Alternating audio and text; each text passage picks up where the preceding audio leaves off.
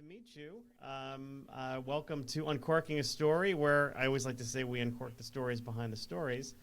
And I'm curious, where does your story start? Where does the story of Shari Lapena start? Oh, well, I was born in Scarborough, Ontario, which is not too exciting. I grew up in partly in North Toronto and partly in a little out on a farm near a little town called Sterling, Ontario. My family bought a farm out there. So I moved out there when I was about 9 years old, and I grew up out there and I went to high school in Belleville. And then when I was university age, I came to the University of Toronto, and I've lived in Toronto ever since. Wow, so it's a native Canadian. Oh yeah, yeah, rural and city. Very good. Hey, now, are they letting people from the States into Canada yet, or is there still sort of a travel restriction because of COVID? No, starting August the 9th, Americans who are vaccinated can come into Canada without Got restrictions, it. but we can't go to the States. Really? Now, is that Yeah, because of is that a so rule from Canada, or is there the states not letting you in? no, that's a rule from the Oh, States. really? That's Yeah, they're fascinating. not yeah, they're not opening their border to us. We were going to come down to New York City in August, but we're going to not come now. Oh, well, I'm sorry to hear Um, that. I actually live yeah, me too. I live in Connecticut, not far from New York City. Um, Oh, that's a great location. I used to go out with a guy from Yale, and I used to go down and visit New Haven all oh, the time. sure. Yeah, well, I mean, known for Yeah. Yale, also known for pizza. Um, Yep. yeah, no. So, but I know the city has been opening up, kind of slowly but surely, and looks like Broadway's coming back. And so, I'm sorry that you can't be here to experience that, but you also can't be here to experience the rise in crime that's been happening in New York City too. So, I guess if Yeah. there was a silver lining, Guess maybe that's a gray lining. I don't know. the, So when did you start to think that you could make a living out of writing? Just kind of talk to me about how your path into writing and publishing. well, I wanted to write from when I was a kid, but obviously I didn't think it was a good career choice. So I did a degree in political economy at U of T, and that seemed to naturally lead to law school. And I became a lawyer for a very short time, and I realized I absolutely hated being a lawyer. So I became an English teacher because really, all I really like is to read and to write. Those are my two passions. So then I didn't really start writing until I was home with my kids. When my first child was born, I stayed home, and then when I was a stay-at-home mom, I had time to um, write during the nap. So I started writing, and I started off in literary fiction. I didn't start in thrillers, and I just decided one day I wanted to try writing a novel, a literary novel. So I sat down and I wrote it, and I got it published quite easily. I got an agent. Right, I've never had trouble getting agents. I've been very fortunate that way. So I got an agent, and that book got published in Canada, and it was well received. It didn't sell a lot, and then I wrote another literary novel. They were both comedies, and that was fun, and that one did a little better. But the truth is, I've always loved reading thrillers, and I've always wanted to write thrillers. And when I was a kid, I wanted to write Nancy Drew books. I just thought that was what I wanted to do. But because I don't plot ahead and I don't plan my novels, I didn't think I could write a thriller. Excuse me, because you know thrillers are very plot driven and they have very complicated plots. And so I thought you had to figure all of that out ahead of time in order to write one. And I've never been able to figure out a novel ahead of time. I always have to figure it out as I go. So that works great with literary fiction because, I called my first novel A Plotless Wonder for about a year because I didn't know what was going on. Um, but when it was over, it had a lovely plot and a lovely arc. And, I realized afterwards it actually had a very nicely developed plot, but I just couldn't see it consciously at the time. Um, so anyway, I put off writing a thriller for a long time because I thought I couldn't do it. And then one day I finally I'd had enough, and I thought, it's now or never. I was in my 50s then, and I thought, well, I'm gonna I'm gonna try writing a thriller. And I had tried to plot one out. I tried with the stickies, and I couldn't make anything work. I couldn't think of anything. So I just decided I'm going to try writing a thriller the same way I wrote my literary fiction, which is with no plot at all and just start with an idea and just go. So I was so sure it wouldn't work that I didn't tell anyone that I was writing it, and I didn't tell my husband. I wrote it completely in secret, which I find very liberating. I like to write in secret. Right. Because then it doesn't matter if you completely, botch it up. But so I wrote it in 6 months, and I didn't have a plot. I didn't really. All I had was this idea about a couple that leaves their baby at home and goes next door with a baby monitor. And it just started with that dinner party, and it just kept developing as I wrote it. And I found that I could write thrillers in the same way I wrote my other fiction, which is just by the seat of my pants. And I don't know. I guess I can plot, but I can only plot unconsciously in my subconscious mind. I plot, but I don't plot consciously ahead of time. I just can't do it. So anyway, I put off writing thrillers for a long time until about 6 years ago, and then I wrote Couple Next Door, and then it's just been thrillers ever since. Of course, when I had to write the second one, I thought, oh, I don't know if I could if I could do that again. But I got over that second book hump, and now I just write them all the same way. I just start with an idea and I go because I can't plan. So I want that's to go how I back. got into thrillers. So anyway, I had a little bit of critical success in Canada with my literary fiction, but when I wrote my thriller, it was a completely different thing. I got a different agent who does thrillers, because my literary agent really didn't deal in thrillers at all. Yeah. And I sent it to her, and when I wrote this book, when I wrote The Couple Next Door, I thought, no, it's not bad. That's I'm happy with it. I'm ready to send it out. So I sent it out to this agent that I wanted, and she called me back the next morning and said, oh, we have to meet. I want to sign you up. And I was astonished, because in literary fiction, nobody ever gets back to you quickly, or it's a completely different world. And so we got together for coffee, and she said, well, I'm going to New York next week, and I want to take your manuscript. And I've told this story before, but I find it really funny.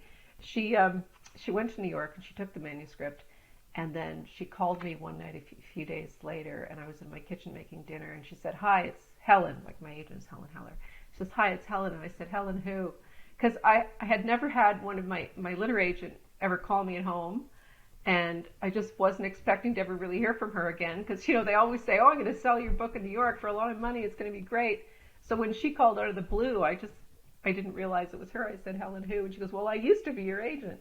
But anyway, she had a preempt offer. So within about, Wow. I don't know, a few days, we met. Within a few days, we met. She signed me up. She went to New York. She got a preempt. And then it sold all over the world. And I don't know, I think it's at 35 countries or something now. And then it just went on from there. So that's sort of my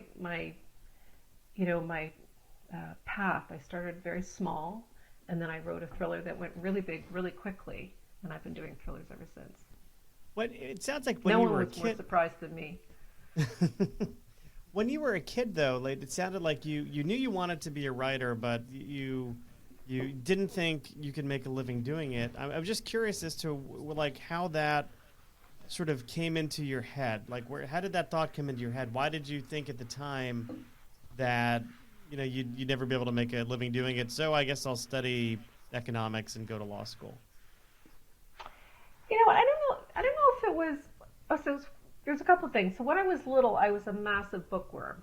So books were my go-to for everything, right? So I read lots of horse stories and lots of mysteries, and my Nancy Drew and the Hardy Boys, and then I went on to Agatha Christie, and I was always just a really, really big reader, and I always thought that the life of an author would be a great life. You would just sit on your own, and you would make up these stories, and people would read them, and I just thought it'd be so much better than having a job. And I guess I'm just not the kind of person who really wants to have a job. I prefer to do my own thing. I think a lot of writers are like that. We just like to do our own thing. We're creative people. We don't want to really go 9 to 5. And so I think there were two things going on. I usually say, I didn't think I could make a living, and so I went to law school. But it was more than that. It was, yes, being a writer is not a practical career choice in terms of that. But I also, with me, it was like I was very shy about writing, and I thought, oh, I could never be a writer. I was just very it was just something I thought was very audacious to say that I wanted to do. So I never admitted it to anybody, or I didn't go around saying, oh, I want to be a writer, but it's not going to pay. I just never admitted I wanted to be a writer. Um, so it takes, and maybe this is more for women, I don't know, but I've heard people talk about this where you have to give yourself permission to be a writer. Like, it's something that you want to do, but it seems so um, pre- presumptuous in a way. I'm from a WASP family, and you don't get above your station kind of thing. Um, it's that sort of background. So you don't get too big for your britches and all that. Oh yeah, The I whole married Canadian. a wasp, and I understand that completely. Oh, you do? Okay, great. So you know what I'm talking about. And it's the whole Canadian thing, which you might not know too much about. But the Canadian thing is kind of, we're all very nice, and you don't think too big. Like, you don't. And that's a whole other story about how Canadians treat creative people. Like, we tend to not celebrate talent in the way that Americans do. Like, we don't want to get too big for our britches, right, in Canada. So anyway, I kept it really quiet, and I just, as I said, I wrote in secret for a while. And when I finally decided I wanted to write my first novel, which was a comedic novel, I went to one of the writers in residence in Toronto, the Toronto Reference Library. So they bring in famous writers, and they pay them to stay in the library, and then people go in and show them their work, and they advise them and so on. And so I went to the reference library, writer in reference, and writer in residence, sorry. And he said, you have to come out of the closet. Like, this is really good. See, so I thought, okay, well, I'll come out of the closet on the literary fiction. But I went right back in the closet with the thriller until Sure. I had someone tell me it was good. So so it's a couple things. It was sort of that, didn't really think I could be a writer, and also it wasn't a very practical choice. Yeah. Yeah. Do you So think I there went was to little? law school because I was. Hmm? I was going to say, do you think there was a little fear of vulnerability there? Just the fear of making yourself vulnerable to whatever it might be, criticism or even praise? Yeah, there's that too. Because when you publish a book, it's out there, right? And people, it's out there for everyone to see. It's not like you can do it in secret anymore. So yeah, you have to worry about what people will think. Now it's harder for some people when they write things that are more close to home, and they have to worry about what their family's going to think. But I write thrillers, like no one in my family thinks they're in the book, or so there's that whole thing. But some of my neighbors sometimes worry that they're in my books, but really they're not. Yeah. um, so there are a lot of pressures on writers that make them less likely to write, things like financial pressures and exposure, and family thinking that, oh, you can't do that, or there's a lot of things that tamp you down. So you really have to.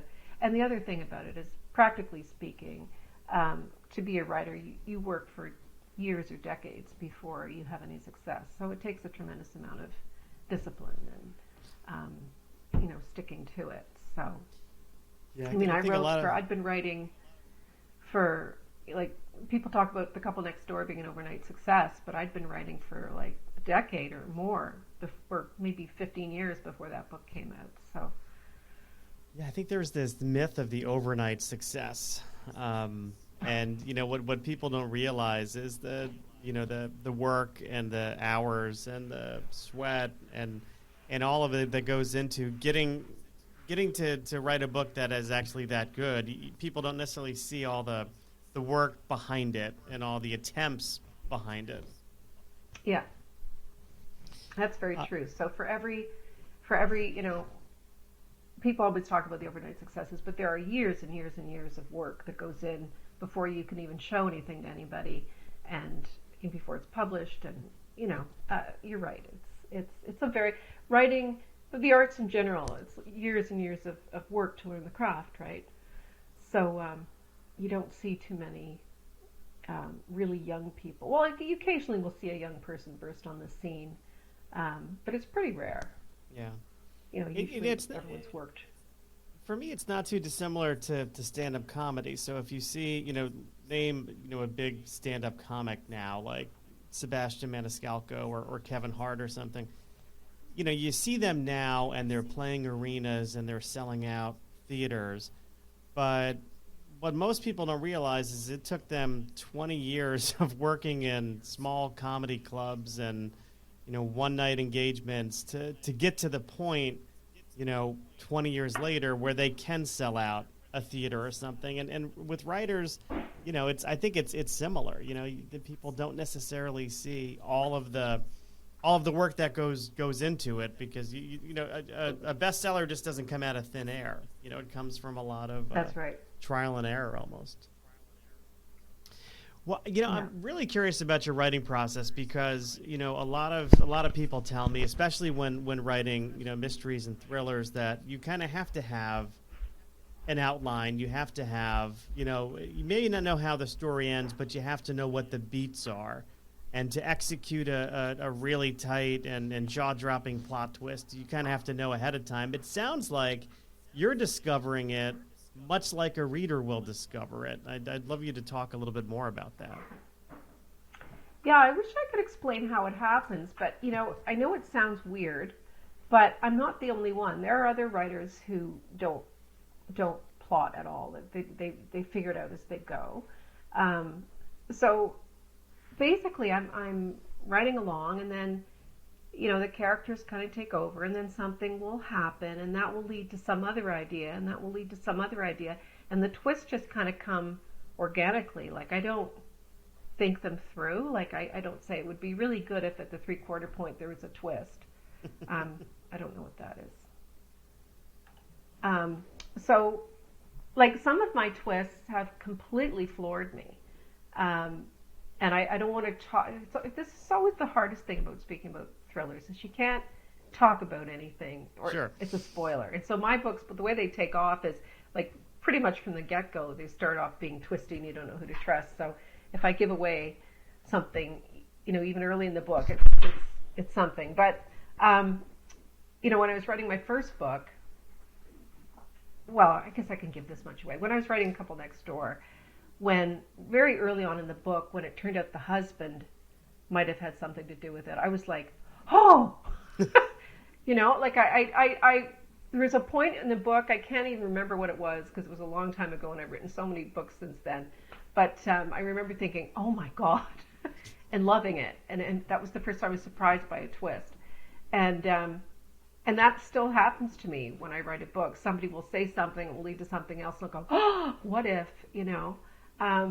So I can't explain it, except that I think for artists or for anyone who's working on a problem, I think you think about it consciously, but I also think your subconscious mind is thinking about it and working it through all the time, right? And so, it's all there, and it comes out onto the page, and just some people are better able to bring it out into their unconscious mind so that they can see ahead of time what's going to happen, and some of us just go more in the flow.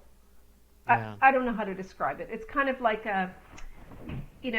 anyone who's creative, they have their own process, and so there are people, like me, who say, "Oh yeah, I just write, and it just goes along, and then everything takes over, and you just get in the zone, and it's fabulous," and that's just the way I do it. Now, having said that, when I have my really messy first draft, I have a story, and I have characters, and I have some twists, everything, and then it needs a ton of work.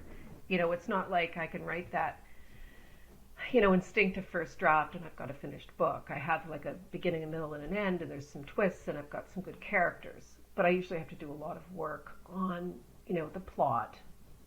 So, for instance, in some books, I'll actually change the ending. In another book, I remember I put in a whole new subplot through the whole thing. Like the basic story was there, but I added a whole layer of subplot with some other characters. So, Yeah. When it's all done and finished, I have to have that to work with. And then I can go back and I can make it stronger, and I can tighten it, and I can, take out some threads that weren't working, or I can weave in some more threads that are more interesting or whatever. But the main story I get down in just like every day. I write every day, so there's a lot of momentum for me. And then when I'm sorry, I don't know what these. I'm going to just close my email. I thought I had to have it open to have your link, but I'm still here. Okay, sorry. It all looks fine to me. What's that? I said it all looks fine to me. Okay. So that's just that's how I do it. I mean, I enjoy writing the first draft, and then I find the editing process really difficult because that's when you have to pick the whole thing apart and see what's working well and what isn't working well and so on. But you know, if I could plan, I would because I think it would make things easier. Um, but I still, I mean, I'll be starting my seventh book soon, and I still haven't done one yet that was different in process than all of the first six. So I'm probably not going to be able to do that. Well, it sounds like the process you use is working just fine for you. So, It's working, but it would be easier for the publishers and the editors and me probably if I could see the whole thing in one big perfect outline first and then just yeah. write. But I don't know if I would be motivated that way. If I knew what was going to happen, then I wouldn't be writing it probably. But I want to find out what's going to happen. So every day I leave my characters on some sort of, you know, they're in some sort of tense situation, and I want to know where that's going to go. You know, like when I go back and I read it and I go, oh, that's really interesting, that little mini twist there. That, you know, it's not all twists, it's reveals really. That's what makes a thriller or a psychological suspense book really work, is the timing of the reveals and what the Yeah. reveals are and so on. So I find reveals all the time. Like there's one in my new book that is so cool that I can't talk about, that totally surprised me. But yeah, I can't talk about it, sadly. Well, I think what you can talk about is being a lawyer. So I'm curious because you're the third author I've talked to in the past month or so, whose Oh, prior career was in the legal profession, and oh, who are the one other by ones? Because I know lots. oh boy, Who are? now you're going to put me on the spot. Noel Obiro, who Uh-huh. just wrote a book. Just got a book published. Now I gotta go back into my files. And there was a woman out of the UK who wrote a book called The End of Men, which is Oh, I mean, not to sell her book, um, but it was a very interesting premise where a virus takes over and yeah, Laura and only kills men. Her oh, name was Christina Sweeney Baird. oh. Was my other I, lawyer, d- and no, yeah. I know lots of writers who used to be lawyers. There's one I interviewed recently, Caitlin Ware in Maine. She used to be a lawyer. Steve Kavanaugh used to be a lawyer. You know, there's lots and lots of us. What do you think is the overlap there in terms of leaving the legal profession or just having that kind of spark inside you to write? What's the glue that kind of holds those two things together? Um, you know, I don't know. I also know lawyers who would really love to write a thriller because they want to get out of the profession so badly. Um, I think that's part of it. That's part of the motivation is some people want to get out of the profession, but that's not true of everyone. Some people really like being a lawyer and they continue to be lawyers and write at the same time. Like even one of our Supreme Court justices just wrote a thriller. She retired from the bench, not Supreme Court, sorry. I think she's one of the Ontario Supreme Court justices, and she wrote a thriller. And I have a friend who practices law in Toronto, Robert Rotenberg. He writes thrillers, and he still practices. So there's lots of us around. Um, I think lawyers tend to be analytical, and they tend to be good writers. You know, just maybe not a fiction, but they're good writers, and they're used to discipline and sitting down. And um, I don't know, they're curious people too. So Yeah, um, that helps. yeah. But yeah, there does seem to be a link. What and let's talk about your new book, Not a Happy Family. Okay. I'm curious because this is certainly kind of focusing on what maybe at best could be described as a dysfunctional family. Hmm. How did this idea come to you? I mean, was this inspired by anything in particular, or yeah, I'd love to know the genesis of this one. So yeah, I can tell you, but this is called it's called Not a Happy Family, and this one, I've been writing a lot of domestic suspense. So a lot of my books are about couples, man and wife who they have secrets, something happens.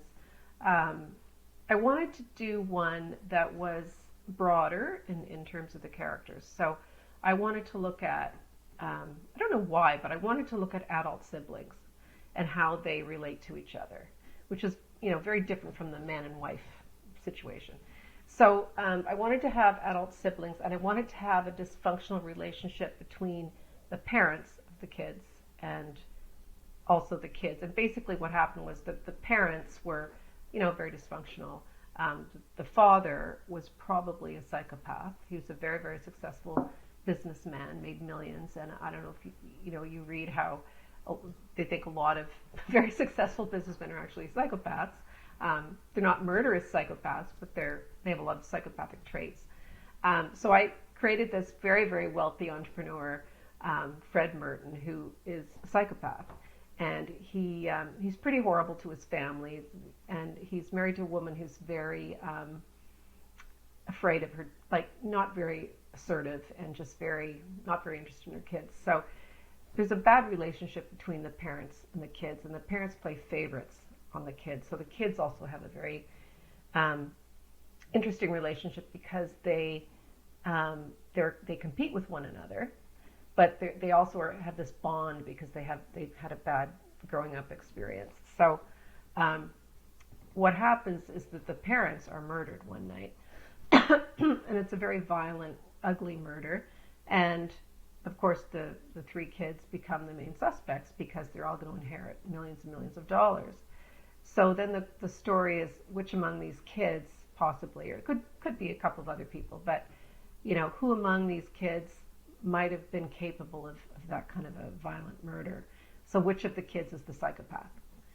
That's sort of the question. And it might not even be that it's one of the kids. There are some other suspects in there. So it's a dysfunctional family, like exponentially. Like it's much more than just a dysfunctional family. It's a family of psychopaths. And I like to think of psychopathy as being, they're thinking now it might be on a spectrum. So you have your somewhat psychopathic people, and then your really psychopathic people. So this family all has, excuse me, they all have, they're somewhere on that spectrum, but which one of them has gone over the top to commit murder. So I had a lot of fun writing that one because I love writing psychopaths. So I'm sure it's fun because it's fun to discover new aspects of each of these characters' personalities. But how do you make it so real? I mean, do you interview psychopaths? Do you do research on psychopaths? Like what's the process there to actually to make it so real and so colorful? You know what? I wish I could interview psychopaths. I've never actually done that. Excuse me. You could, but you never know. Well, okay. So I do.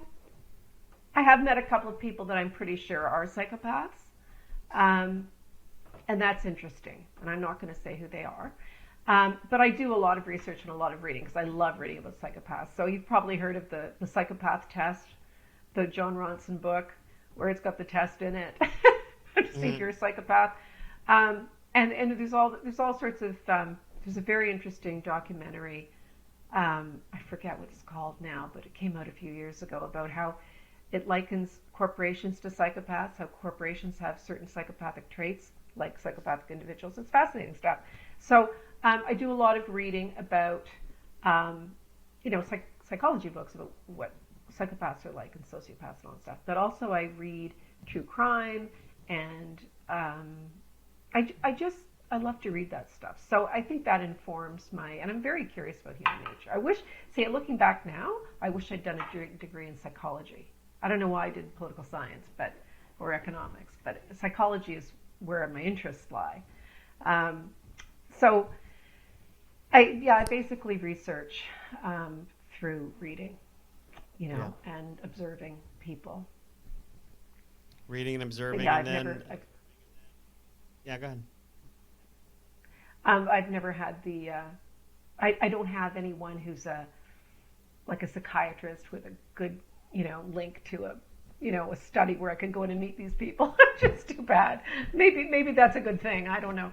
Well, yeah, it's probably is a good thing. I that was my career path. I was going to become a clinical psychologist, and Oh, I did not. I wound up when I left undergraduate, I put off my doctorate for a year, and I was going to just try my hat in advertising, and I actually, as funny as it sounds, fell in love with that, and then I started attending focus groups as a client, and I realized that what the moderator was doing was like group therapy, but he was getting paid a lot more, and he didn't have to listen to people complain all the time. So or talk about some traumas, and yeah, I was studying child abuse and trauma, and mm, and then I realized that that would be a very hard thing to kind of live with.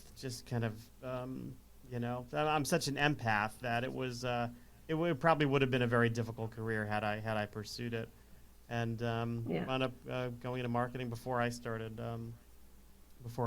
writing. But you seem to be very well versed in police procedures. I'm curious, was your education there also just reading true crime and sort of researching like you researched psychopaths, or is something different there? Well, I'm really, really glad to hear you say that because I always think that's the weakness in my books is the police procedure stuff. Um, I love reading police procedure. I don't really love writing it because it is very research heavy. And part of the reason is that I'm a Canadian and I live in Ontario and I set my books in the States.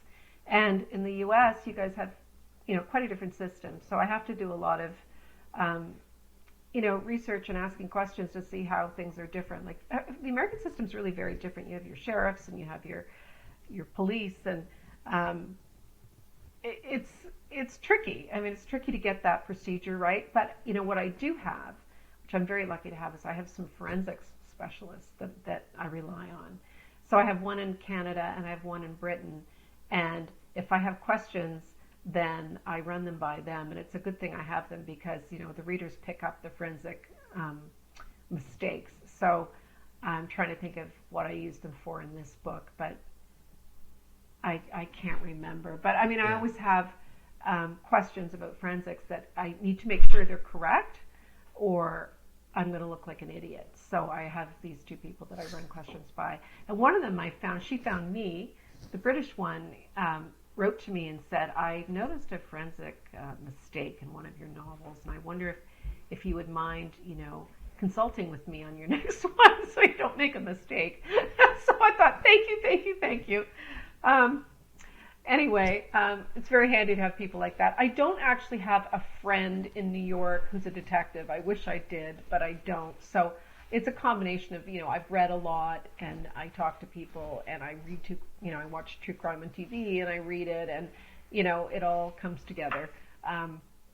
But yeah, I'm certainly not like some writers who do police procedurals where the procedure is so bang on, they know exactly how an incident room is set up and everything. And I don't have that kind of detail in my books because I don't really know it.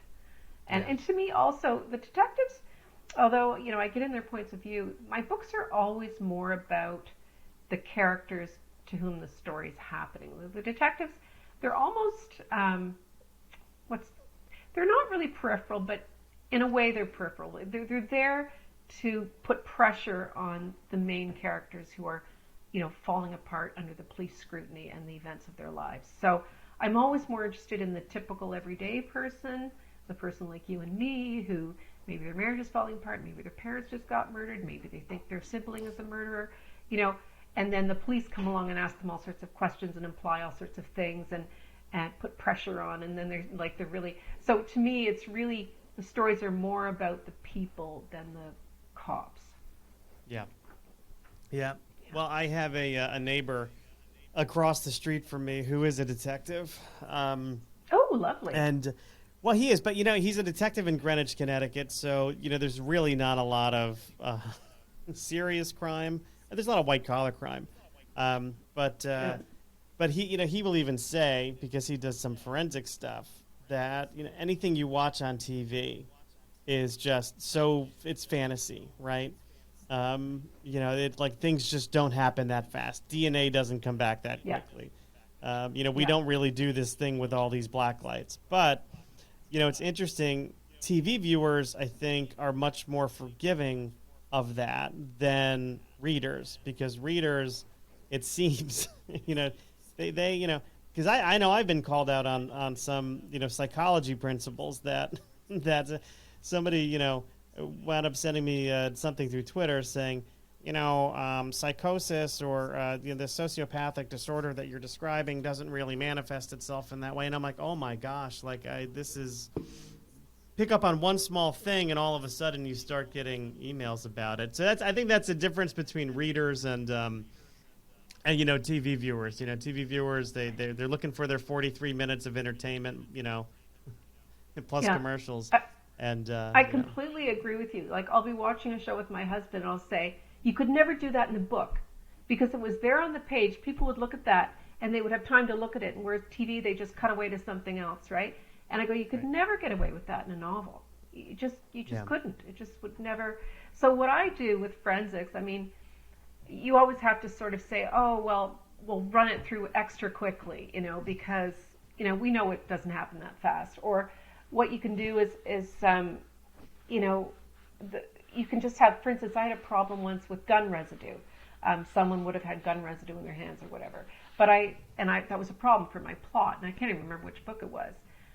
But I found out that in New York, they've stopped testing for that because it's too expensive and it's not very reliable, so they just don't bother. So I thought, okay, good. I don't even have to worry about that because I'll just have a line saying, oh, we don't test for that anymore. We can't afford it. We don't have time. We don't have the resources. So I can use that in my books, but we just don't have the resources. Otherwise, yeah, if I had a situation where somebody would obviously be caught, I could just say, well, we don't have the resources for that. And I find often, which is really interesting, is, and I can't do this in my books because I don't want people to think my cops are bumbling idiots, but there are so many legal cases, murder cases, where the cops have done a fairly crummy job at securing the scene. Like, I can think of, there's the Dennis Olin case in Canada where the guy may have murdered his dad. There's the Sherman case in Toronto where there was a couple murdered and they didn't secure the scene properly. And I probably maybe should edit that out. I don't want to get into trouble. Um, maybe well, edit that there part was out. the O.J. So, Simpson case in New York, in Los Angeles. There was where they yes, point to some bumbling there. yeah. So as an author, if you don't mind making your detectives look bad, but what I fall back on is simply the we don't have the resources, for Yeah, that or whatever. yeah. But yeah, like I say, because I'm not so comfortable with police procedure, I like to focus on the other characters. That's where my interest lies anyway. Yeah, The it's ordinary almost person. how the involvement of the police, puts pressure or changes the characters or thrusts certain things into motion. Yeah. Well, Not a Happy Family is your sixth thriller. When will people be able to pick this up, Sherry? Well, it's out in the United States on July 27th, so that's next week. And it's everywhere. I mean, Barnes and Noble and all your independent stores and um, probably your grocery stores. I'm not sure, but I mean, it'll be available everywhere in hardcover. Um, and it's coming out in the UK on the August the 5th, but North America, Canada, and US is July 27th. Very good. Well, I wish you all the best with Not a Happy Family. And what I always like to tell my listeners is, while it is available everywhere, and you can, of course, I'm sure, get it at Amazon and Barnes and Noble, our small businesses, and I'm sure just like yours in Canada, have been through a rough patch as of late. Yeah. Small independent bookstores were struggling before the pandemic, so we always encourage people to go to their independent bookstore and pick it up. Or if they have to buy it Mm-hmm. online, bookshop.org is a great resource because they do donate a portion of their proceeds to small local independent bookstores. So, Mm-hmm. Shari Lapena, thank you so much for joining me today. This was fun. My pleasure. Thanks for having me.